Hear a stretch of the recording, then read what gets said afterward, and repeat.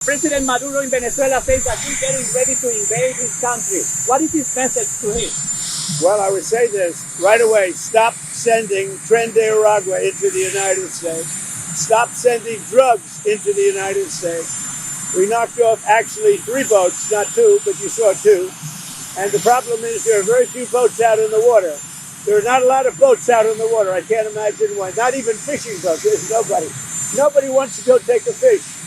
So it's one of those things. But I would say to him very strongly, stop sending people from your prisons into our country. They're sending their prisoners.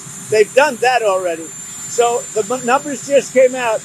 Another month with 0 people getting into our country. And these are figures, John, with people like you that would like me to do badly. Nobody has ever done on the border like I've done. Remember, 1 year ago, our country was dead. And now Washington, D.C. is fixed, and I fixed it. The mayor was fine. The mayor was just fine. Okay? The mayor had a sick city for many years. He's been mayor for many years. The one that fixed it was me and my people. And it is so safe. You should take your beautiful wife tonight and have dinner down there. You won't be shot. You won't be accosted. You won't even be looked at incorrectly by anybody.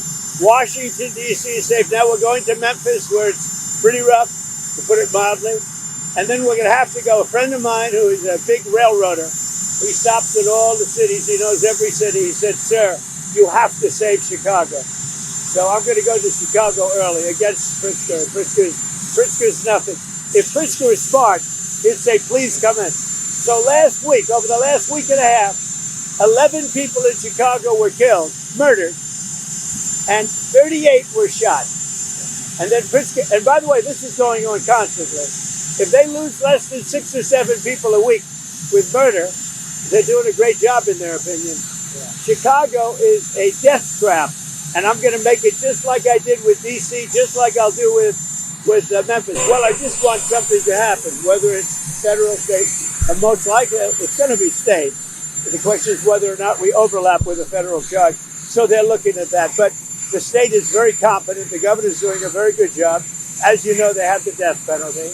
It's a tough death penalty too, as you know, but they have the death penalty. So as to whether or not we judge, we will be working with them.